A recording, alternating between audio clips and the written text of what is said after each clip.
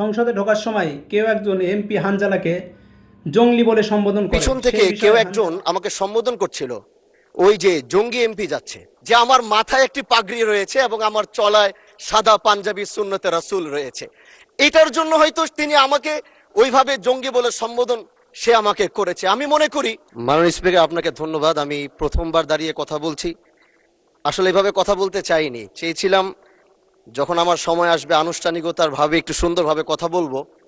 কিন্তু দুঃখের সাথে বলতে হচ্ছে, আমি গত 30শে মার্চ আপনার সহধর্মিনী, আল্লাহ তাকে জান্নাতের আলা মাকাম নাসিব করুন, আমি তার জন্য দোয়া করি। তিনার জানাজায় আমি এসেছিলাম এবং উপস্থিত হয়েছিলাম।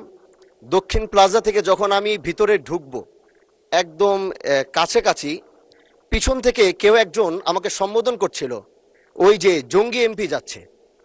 তো এই বিষয়টা আসলে এইভাবে আসতো না। তো একটু পর থেকে সোশ্যাল মিডিয়াতে দেখলাম যে এই বিষয়ে খুব লেখালেখি এবং এই ভিডিওটা নিয়ে খুব আলোচনা চলছে, যেটি জাতীয় সংসদের একজন রানিং এমপিকে সংসদের কাছে যখন জঙ্গি বলে সম্বোধন করা হয়, আর এটার জন্যে এই সংসদের মান ক্ষুণ্ণ হয়েছে আমি মনে করছি।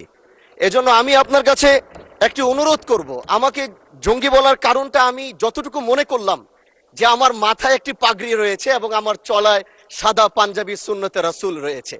এটার জন্য হয়তো তিনি আমাকে ওইভাবে জঙ্গি বলে সম্বোধন সে আমাকে করেছে। আমি মনে করি আল্লাহ নবীর সুন্নত এবং এই পোশাক কোনোদিন জঙ্গির অ্যাসেম্বল হতে পারে না জানার সময়।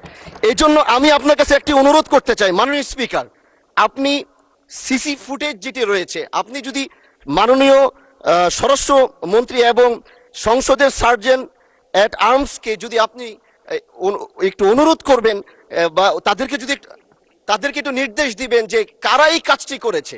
অবশ্যই এই কাজটি এই জন্য করেছে যেন এখানে আমাদের বিরোধী দল যারা রয়েছেন, এখানে তাদেরকেও হয়তো তাদের সম্মান ক্ষুণ্ণ করার জন্য হতে পারে।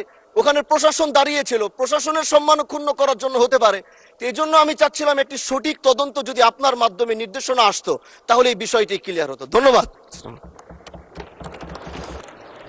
মাননীয় সদস্য, বিষয়টি অবশ্যই অত্যন্ত দুঃখজনক।